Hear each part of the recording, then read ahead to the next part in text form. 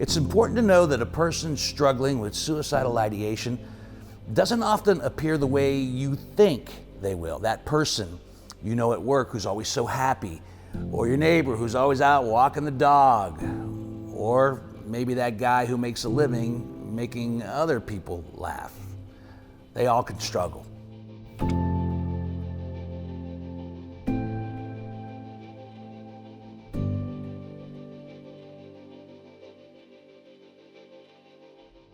For those who struggle with suicidality, the pain can be silent.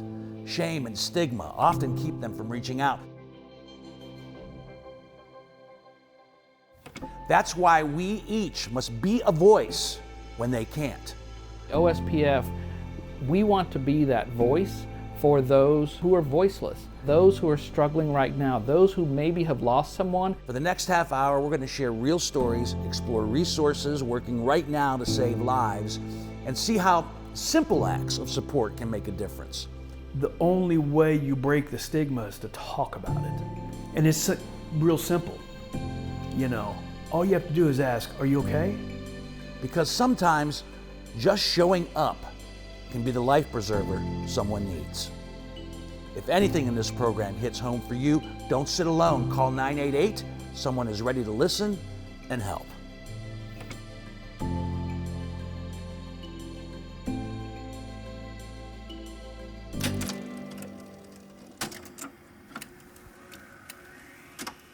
Sometimes I sit and think, you know,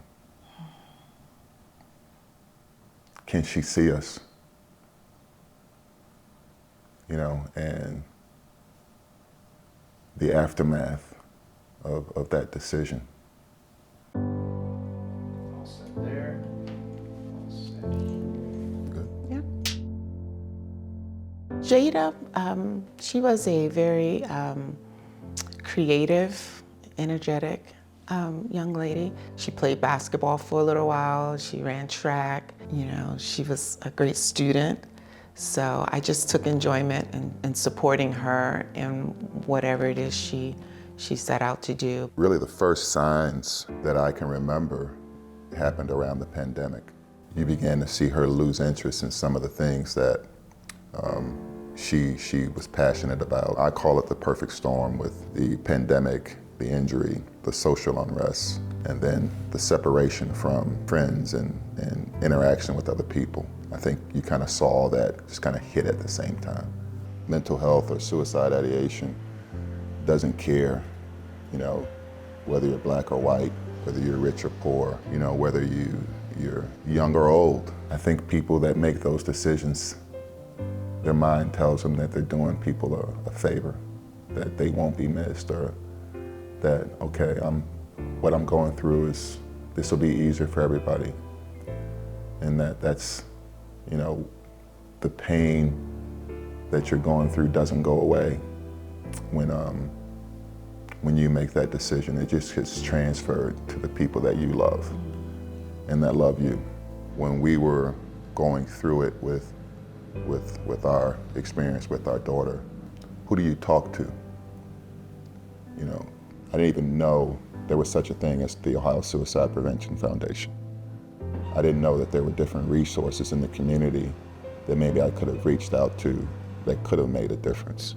A lot of times you think that if you're dealing with your own mental health struggles, or a family member that's going through mental health struggles, that you would be a burden to someone to talk about it. No, don't do that.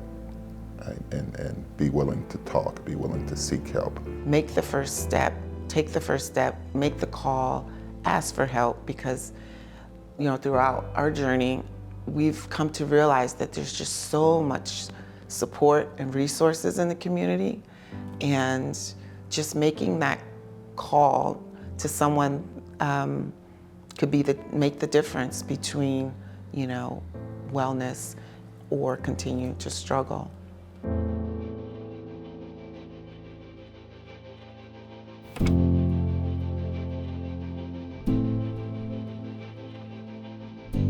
For over 4 years, Ohio Suicide Prevention Foundation has been working hard to bring sources of strength to schools throughout Ohio. This evidence-based suicide prevention program can be implemented in any grades, kindergarten through 12.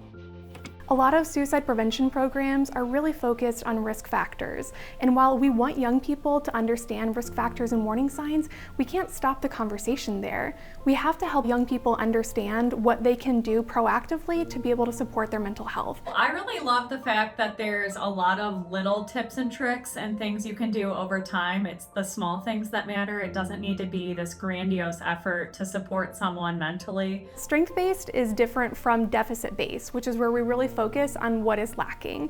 And we see a lot of that deficit-based approach in media headlines. Sources of Strength has helped me see the light on mental health that the media sometimes doesn't show us.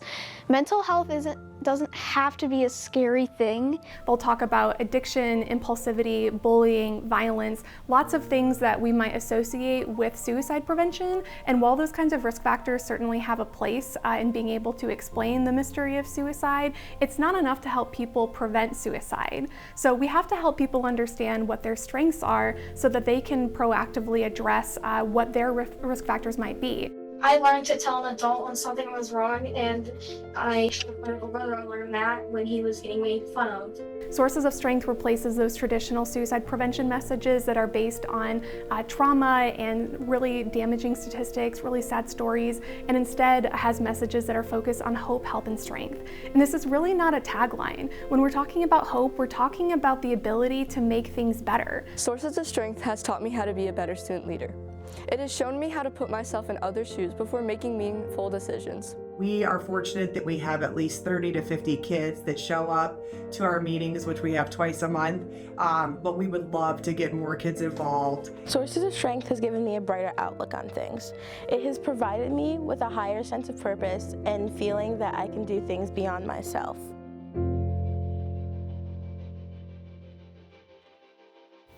At last count, Sources of Strength has been adopted by over 400 Ohio schools. It's clear that peer support can be powerful in building resilience. In the same way, Be Present Ohio is building on that momentum, linking the work of OSPF and Nationwide Children's Hospital to strengthen mental health support with the new teen-focused BPO XP.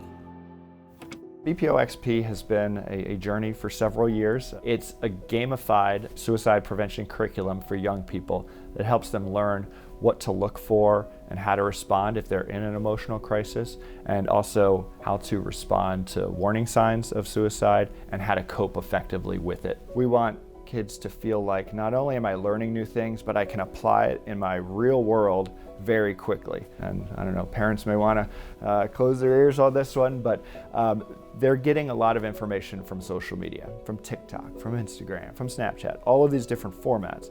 And so we thought we need to begin to use some of this user-designed experience and help kids get information the way they typically do. A lot of programs kind of end before they get to the point of what do you do about a crisis, or how do you allow yourself to be more mentally healthy every day. So in this program, we have young people become exposed to a wide range of possible ways that they could cope with the challenge, and they get to enter what they think they would like to try. So at the end of the program, they get their own personalized cope ahead plan that allows them to address a challenge in the future. One of the things that schools and organizations sometimes have concerns about is the security of the personal information that a student's entering. We've spent a lot of time making sure that all pieces of information are secure and can't be tied to a young person. So as soon as the information is entered into the system and the child has developed their own personal coping plan, that information is erased and is not available to anyone after that. So folks can be confident that that information is only available during the program and is not going to be used for any other purposes. And we know that makes a difference. We know lives will be saved. The exciting part of accessing this program is that it's free to everyone in Ohio, and facilitation requires a trusted adult and an internet connection.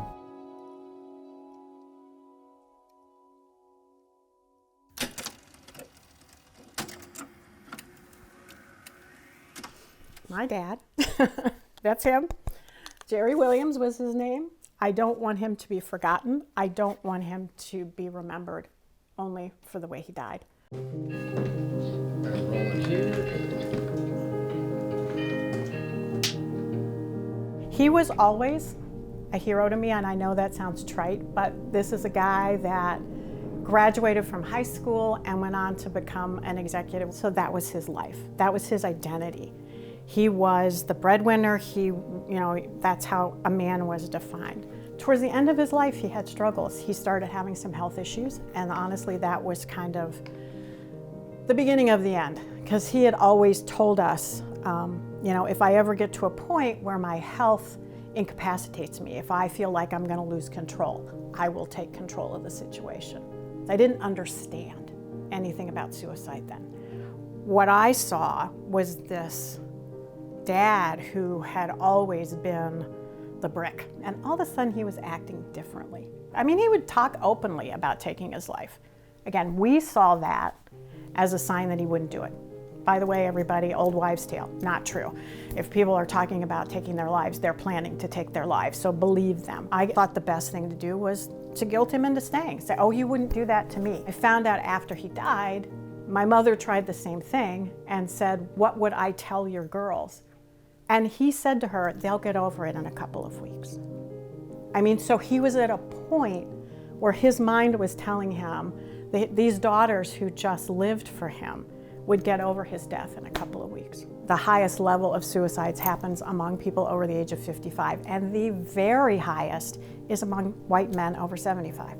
This is a group that doesn't talk about it as much. When you're older, there are a couple of things going on. One of them is the stigma of ageism. And because of that, you've got older people who don't feel like my dad was feeling, like maybe he can't add as much to the community as he used to be able to. They're starting to feel the aches and pains of age. They're starting to feel a little depression. And unfortunately, too many people write that off as aging, and it doesn't have to be.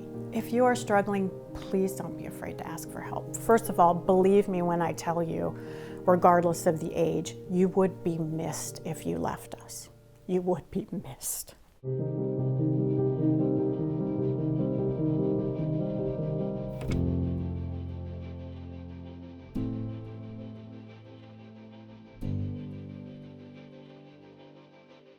Let me just ask a basic, simple question. Why do you think there's so much difficulty in getting men to recognize and do something about their mental health? I think the stigma of men are fixers, men get things done, men don't have time, or they lose their credibility with vulnerability. They don't want to talk about their weaknesses. As human nature, to always make ourselves look better.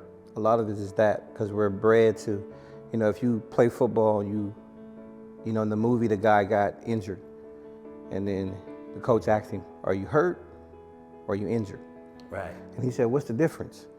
And he said, if you're hurt, you can keep playing. If you're injured, you can't.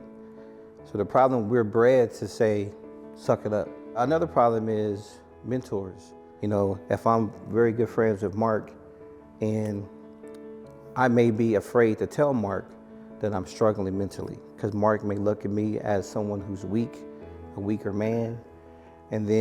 But if I know Mark is getting counseling, that's going to give me, fortitude to also get help. Well, I was always the macho guy. You have to do this, you have to get this done, you have to get this taken care of. And it took me retirement and about 4 years away from the adrenaline and away from the sense of purpose to realize I had some problems, had some things I had to deal with. And being able to sit down and do that and understand not only what it was, but Thomas, before we started talking, use the word trigger.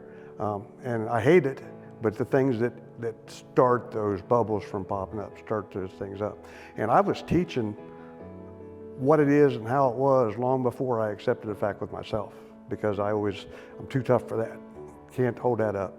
And I tell you what, when I realized I wasn't that tough, right, it helped me learn, helped me move forward, and also gave me the desire to have conversations like this. That's the biggest thing right there. Not being afraid, being open, being honest. I look at my friends and I hang out with them. I know they have issues. They know they have issues. The issue is trying to get them to confront those issues. But end of the day, what is it going to take to break the stigma and get the men to help themselves in respects to mental health. Letting them know that it's okay. It's okay. It's okay. It's okay to ask, to let someone know that you need help. You know, you're in pain for whatever various reasons, but it's okay because you're not weak because you ask for help.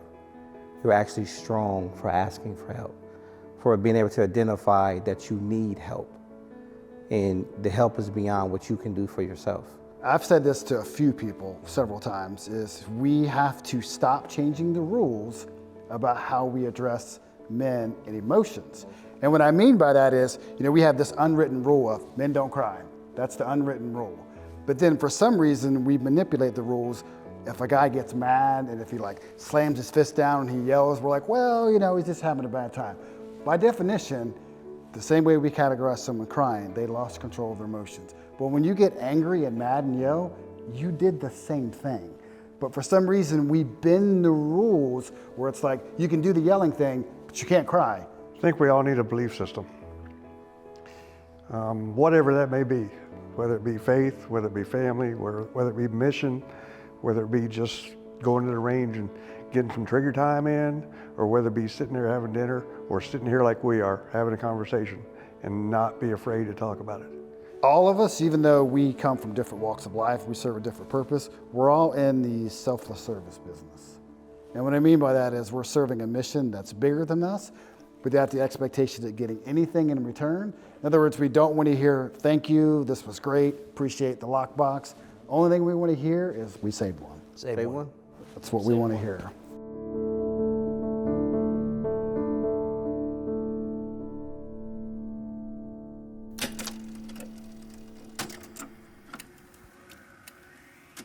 I thank you for being so open with us.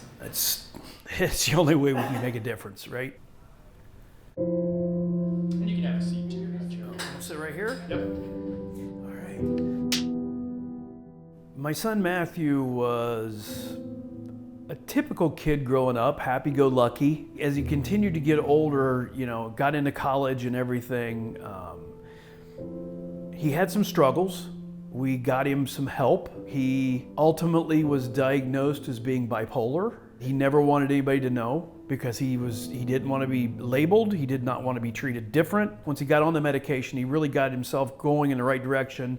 Went back to college, went right through college, got his master's degree. Did really well. And ultimately he quit taking his medication. And then 6 years ago, he just kind of went into a downward spiral that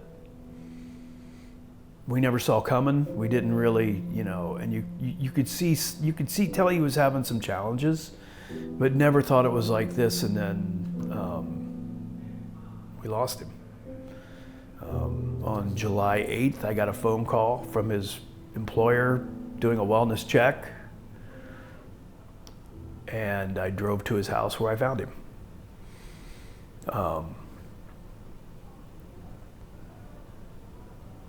Worst day of my life.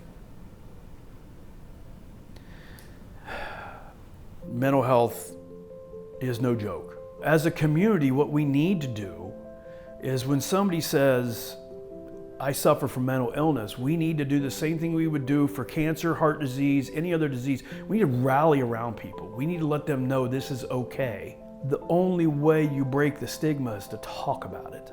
And it's real simple.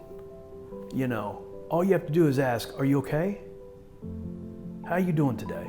Just something as simple as a smile can be the light at the end of a tunnel that individual needs just to get them through that day or that moment. If there's someone watching who is struggling, my message to you is the world is a better place with you in it. And the biggest thing you don't understand is if you decide to take your own life, the impact that you will have on others is unimaginable. I don't know what set my son down the path he went down, but there was nothing that we could not have gotten through together. As a family, there was nothing we couldn't have gotten through.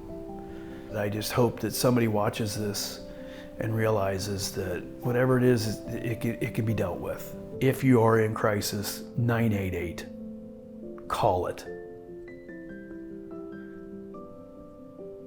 There are people who care, and there are people who want to help. There are people who want to be that light at the end of your tunnel to help you get through the day.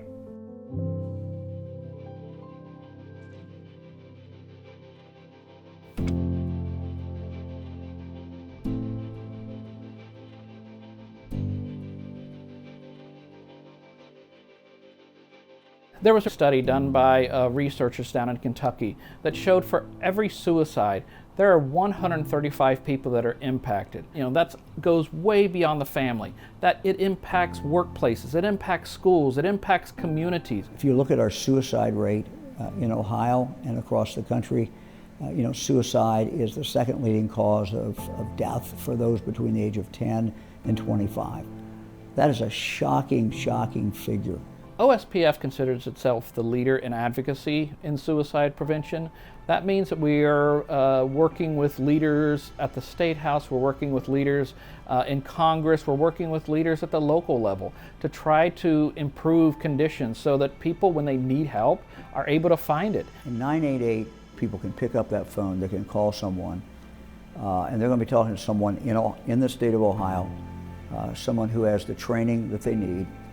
If the person they're talking to doesn't have all the training they need, they have someone directly to refer to right away. What we found is that 98% of the calls get resolved by that call. The person does not have to be referred out to something else. What we want to do is to create a system in the state where someone could call 988 and there would be a system in place that if they needed help in person right away, that no matter where they were in the state of Ohio, within 1 hour they would be able to get this help, that someone would actually show up at their door. We are almost there. We've been adding counties and adding counties. By July 1st this year, we will have all 88 counties, which means whether you're in Ashtabula or Adams County or Perrysburg or Marietta, no matter where you are, you pick up that phone, you'll have somebody at your door at least within 60 minutes. And there will be people who are qualified to assess the problem and to get you the hands-on help that you need. So the Ohio Suicide Prevention Foundation works with over 70 coalitions around the state. What's a coalition? A coalition is simply a group of folks that come together around a common problem. Just sharing resources, getting trained, getting QPR training so that they can recognize signs when they're out and about and they know what to do, knowing where help is, knowing how to get help, knowing about 988 and how to use 988 and about our local crisis line. It really takes a whole community, and coalitions are open to community, and they really thrive when we have diverse community and diverse opinions, and we want people with lived experience. We want people who have lost someone to suicide. We want to hear those voices, and I hope that people know that we would invite them into the coalition work as well. Folks who struggle with suicide, they're not lying in bed a lot of times. They're not just, mopey and all of these things. They look like the happiest people in the world. If you suspect something, even though they may be putting a smile on their face, even though they may be making jokes, but there's just something off, go to that person and reach out. Everyone should be a voice for suicide prevention. It doesn't take folks who are just therapists. It doesn't take folks who have proper trainings in counseling or anything like that. It is literally anybody can be a voice for suicide prevention. Whether that's someone who you know might be struggling and you literally just lend a hand, lend an ear, lend a shoulder to cry on, and be able to have that conversation and get that person to care. We've got to bring this issue out from the shadows. With 1,800 people a year dying by suicide in the state of Ohio, you're not alone. The more we talk about it, the more we can solve the problem. We need the stigma taken away, and that begins with folks who are watching this program, folks who care about their community, and folks, maybe they haven't been touched by suicide. However, they can be the voice for suicide prevention just because they care about their community.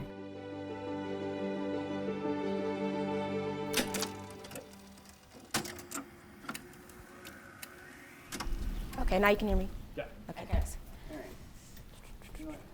Chair. Okay, no, you're fine. I think it really became real for me when I woke up, and then there's people standing over me and they're crying and they're praying and they're talking, and mentally I'm trying to come to grips with like, what is actually going on? What did I actually do? In December of 2016, I was hospitalized for my suicide attempt. From the age of 15 to 21, I was in an extremely toxic relationship, and so I allowed that relationship to kind of determine my value, my worth, my self-esteem. I was actually living in Atlanta at the time, so I remember I packed up my little white Chevy Malibu and drove back to Columbus on a Saturday night, went out with some friends from Ohio State, got belligerently blackout drunk, and I knew the next morning my parents would be at church because it was a Sunday. My parents come home from church. I don't remember any of this, of course, but my mom says that she opened my car door and I fall into her arms. And so, of course, they rushed me to the ER. I remember them telling me that night that I was gonna have to stay at a facility. And at that moment, I'm like, no, like, I didn't mean to take it this far. Like, I'm okay, I'm good, you know, just all the things. I'm okay. It became such a real heart check for me of not even just acknowledging that I'm not okay, but now that I'm acknowledging that I'm not okay and something's being done about it, I was nervous, I was scared. I'm really grateful for that time because it really gave me, kind of forced me to deal with my issues. I wish more people knew that it's okay not to be okay. I wish more people knew that you are worthy, not just of recovery, but of life. And also knowing that like, life is like 10% of what happens to us and like 90%, you know, how we respond to things. The reality is nobody's always okay. And so I think that it starts with more people opening up and being willing to be honest about where they are. Have these open discussions, even if it's just, you know, in the comfort of your home. We think we always have to have the right words to say. But for me, I think I just really needed someone to show up in that moment, even if they didn't have the right words to say or the right things to pray over me, but just to simply sit with me in that is something that I wish I would have had. I would say to the person struggling, know that you're not alone. Know that you're seen, know that you're loved, know that you are accepted, but also to know that you are worthy of recovery. Your life is so worth living. There is healing, there is hope, and there is also joy on the other side of whatever you're trying to navigate right now. And this is not the end. Suicidal thoughts don't always look like a crisis. They can sound calm. Smile through pain. Stay silent. But silence doesn't have to win. If you or someone you love is struggling, call 988. A compassionate voice is always there. For resources, stories, and ways to help, visit ohiospf.org. Let's keep showing up. One day at a time, 1 hour at a time. Let's keep listening. Don't judge. Listen to what people are telling you. Ask them, how can I help you? You are not alone. There is power in my story and your story. An act of kindness may be all it takes to save a life. And together, try to bring some good. Be that voice. Listen. Engage the community. Call someone. Reach out. Work together. Break down that wall. Make things better. For those who are voiceless. Be a voice.